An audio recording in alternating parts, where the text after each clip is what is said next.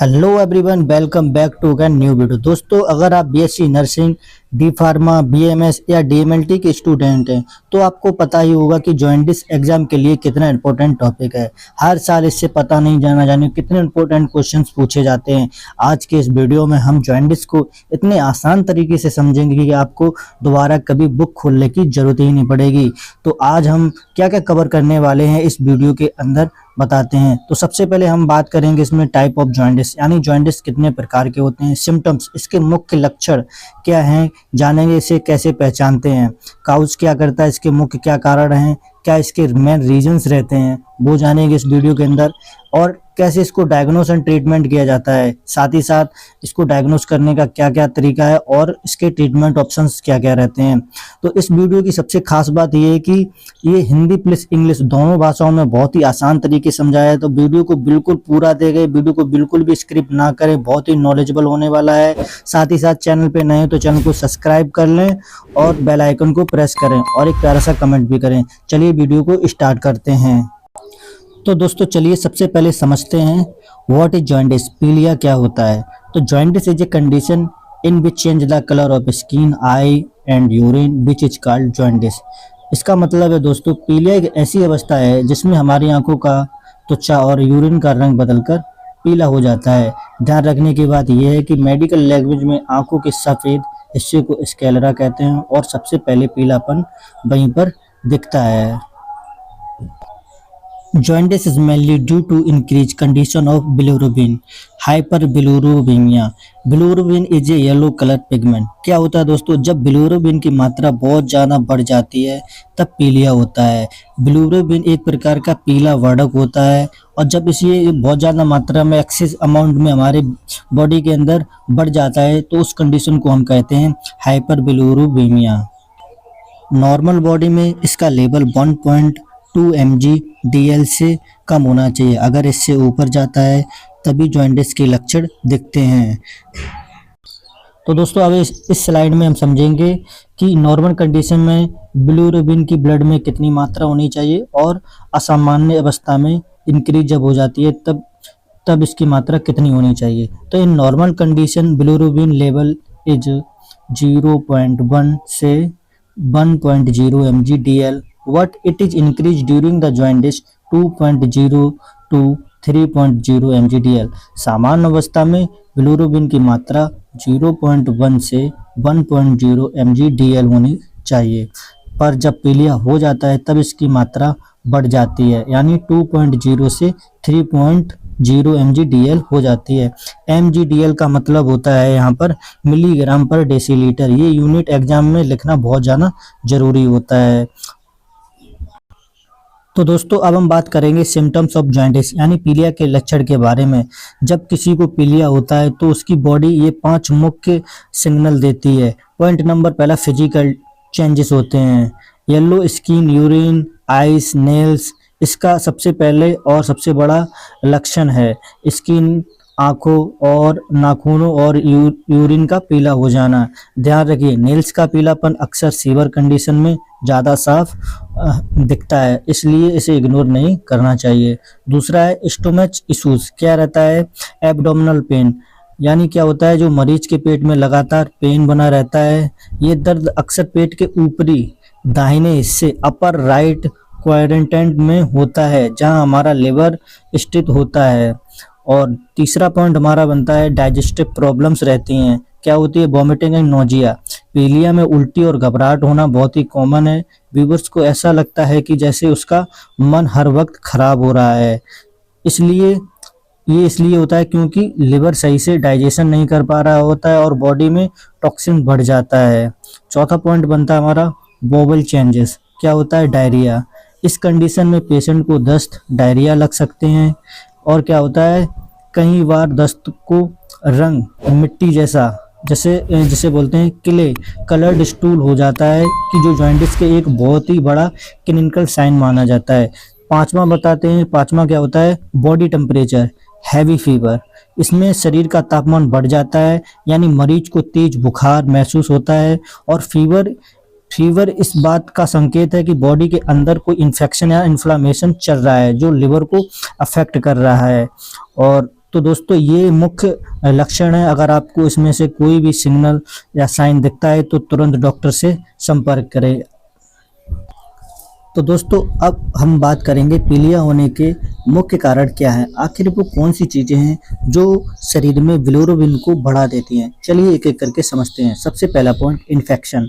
क्या होता है? Bacterial infection and virus infection. सबसे पहले कारण है जीवाणु यानी बैक्टीरिया और विषाणु यानी वायरस का संक्रमण। जब भी हमारे लिवर पर हमला करते हैं तो लिवर सही से काम नहीं कर पाता है।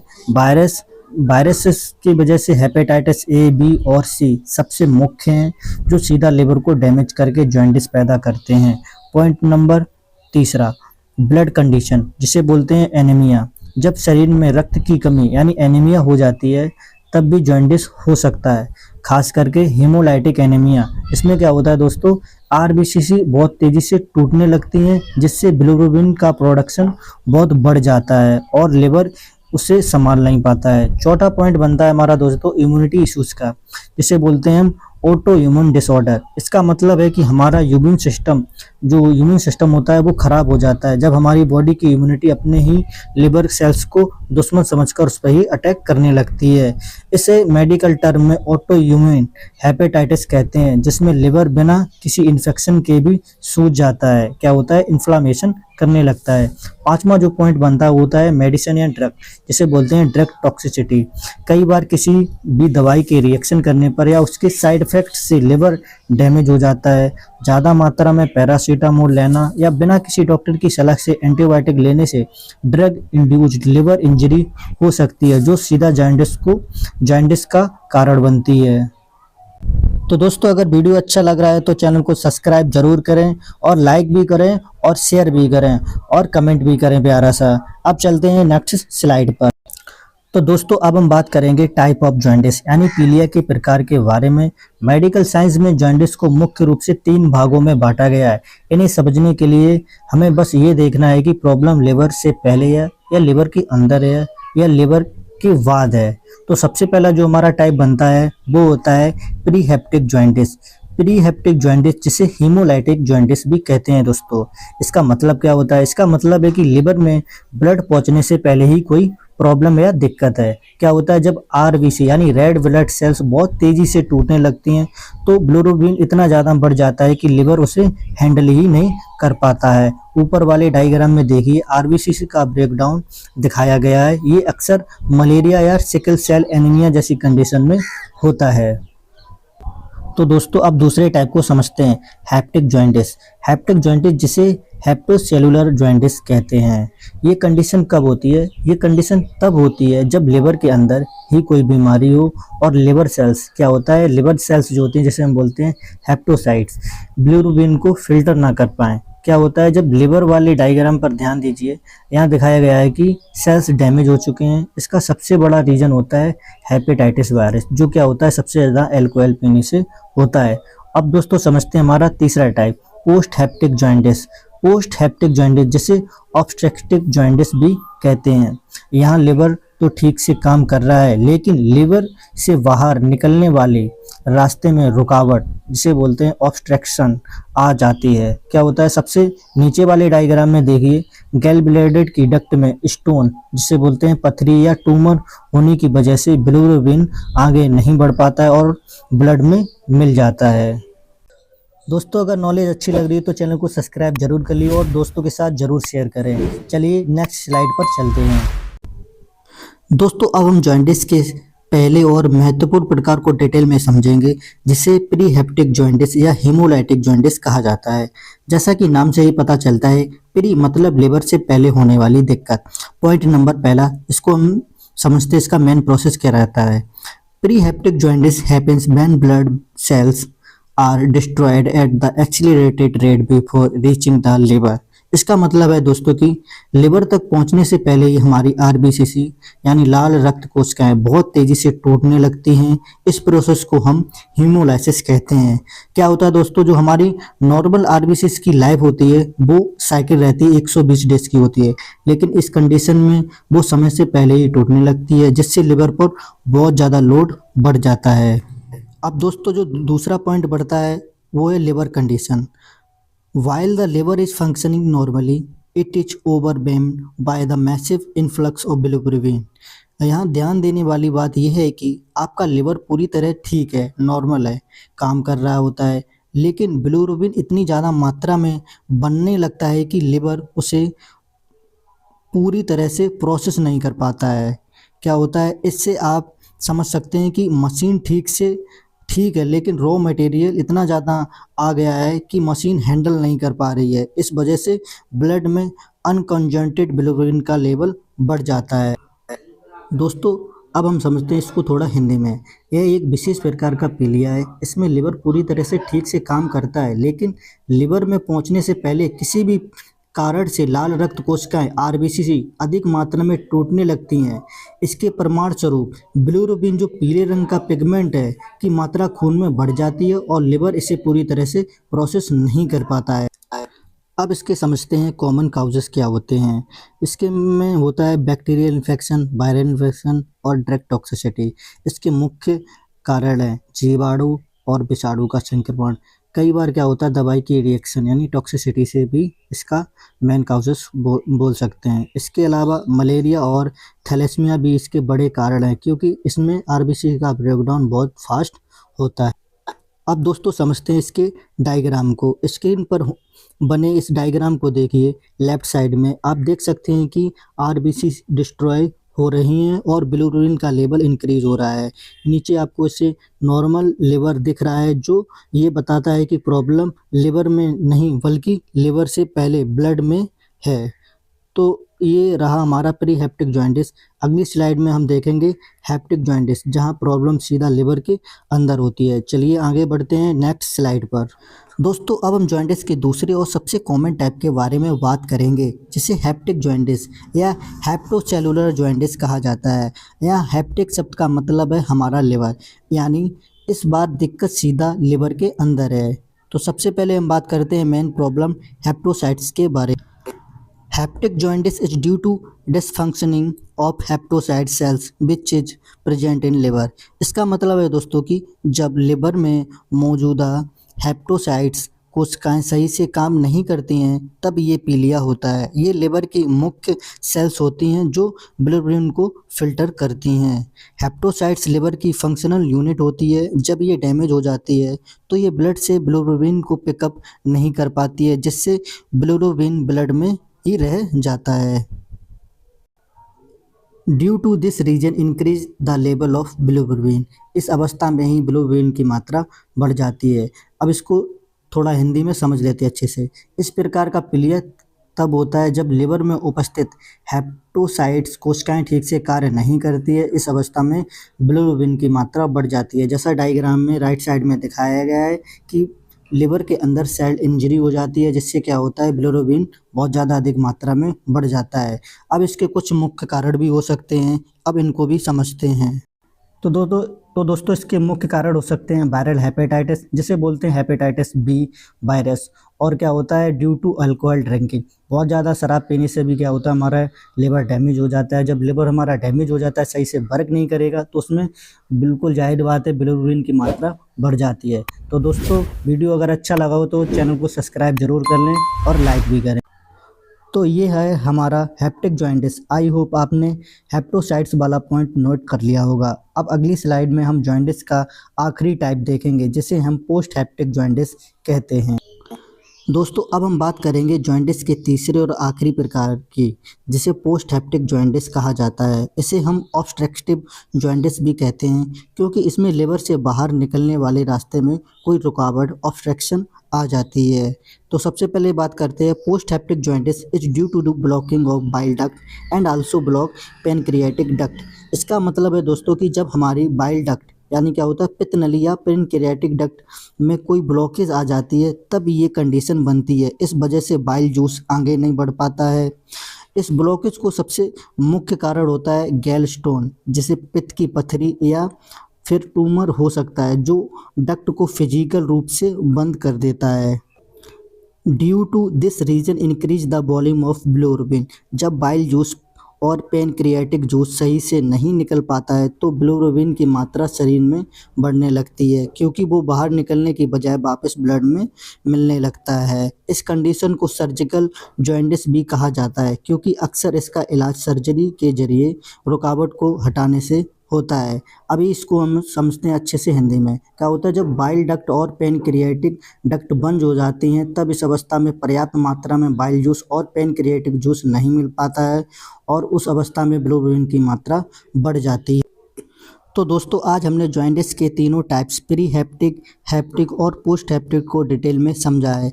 आई होप आपने स्लाइड के नोट्स बना लिए होंगे और ये वीडियो आपके लिए एग्जाम के लिए भी बहुत ही हेल्पफुल रहेगी। तो अगर वीडियो अच्छा लग रहा है तो अपने दोस्तों के साथ शेयर करें इसको और सब्सक्राइब करें और लाइक भी करें।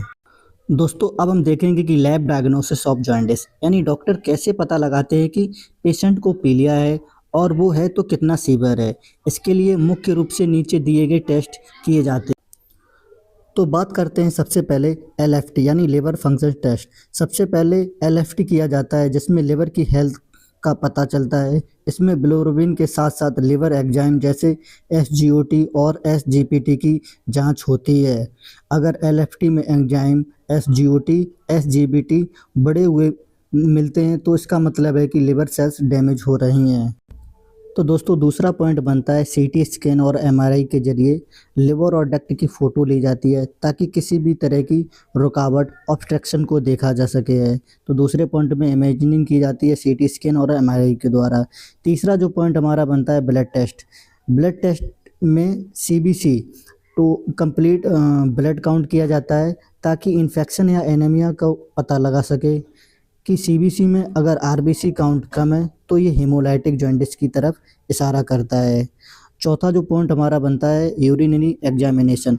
क्या होता है, आखिरी में हम यूरिन टेस्ट किया जाता है ताकि ये देखा जा सके कि यूरिन में कितनी मात्रा में बाइल पिगमेंट भरा हुआ है, निकलता है। तो दोस्तों, ये वो लैब टेस्ट हैं जो जॉन्डिस को कंफर्म करने के लिए किए जाते हैं। इनके नाम याद रखना आपके एग्ज़ाम के लिए बहुत ही ज़्यादा ज़रूरी है। अगर वीडियो आपको अच्छा लग रहा है तो चैनल को सब्सक्राइब और लाइक ज़रूर करें।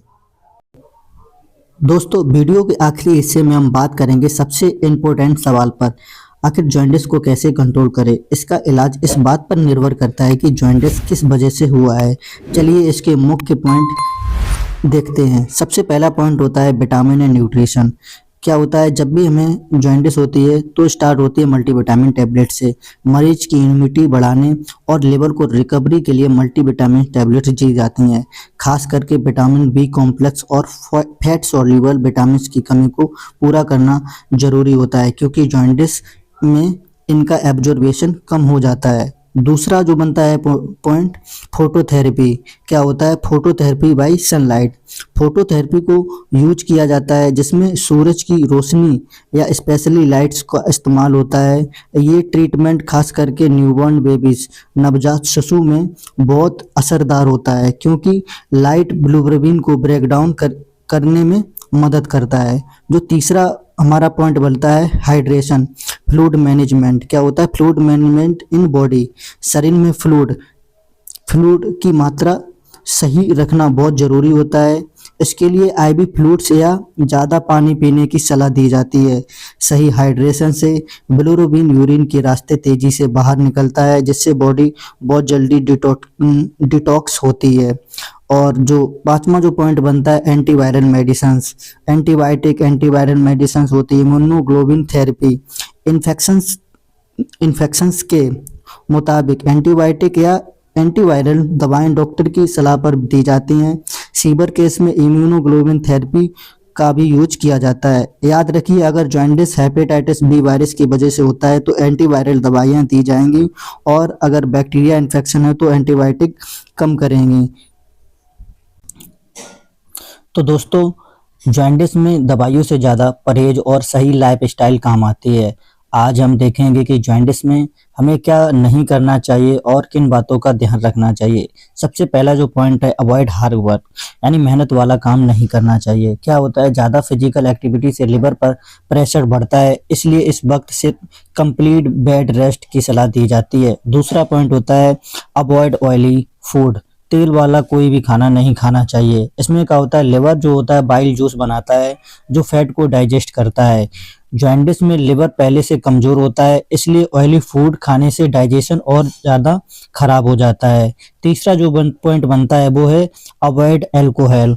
क्या होता है, अल्कोहल लिवर सेल्स के लिए जहर यानी टॉक्सिन की तरह काम करता है। जॉन्डिस में अल्कोहल लेना फीवर, लिवर फेलियर का कारण बन सकता है। तो हमारा चौथा और लास्ट पॉइंट बनता है do not take any medicine without doctor permission. क्या होता है दोस्तों, कई दवाइयाँ लिवर पर लोड डालती हैं, इसलिए बिना प्रिस्क्रिप्शन की ली गई एक छोटी सी भी गोली भी हमें नुकसान पहुंचा सकती है। तो ये कुछ पॉइंट हैं जो जब जॉन्डिस होती है तब इन पॉइंट्स को हमें अवॉइड करना चाहिए। तो दोस्तों आज हमने जॉन्डिस पीलिया को शुरू से लेकर अंत तक पूरा कवर किया है। हमने इसकी डेफिनेशन, इसके क्या काउजेस, टाइप्स, डायग्नोस और ट्रीटमेंट के बारे में जाना है। अगर आपको ये वीडियो इन्फॉर्मेटिव लगी हो तो प्लीज़ इंडियन फार्मा लेंस को सब्सक्राइब जरूर करें। इस वीडियो को अपने दोस्त और फैमिली के साथ शेयर करें ताकि उन्हें भी सही मेडिकल जानकारी मिल सके। आपको अगला वीडियो किस टॉपिक पर चाहते हैं हमें कमेंट करके कमेंट सेक्शन में ज़रूर बताएं। मिलते हैं अगले वीडियो में। Thanks for watching. स्वस्थ रहें और पढ़ते रहें। जय हिंद।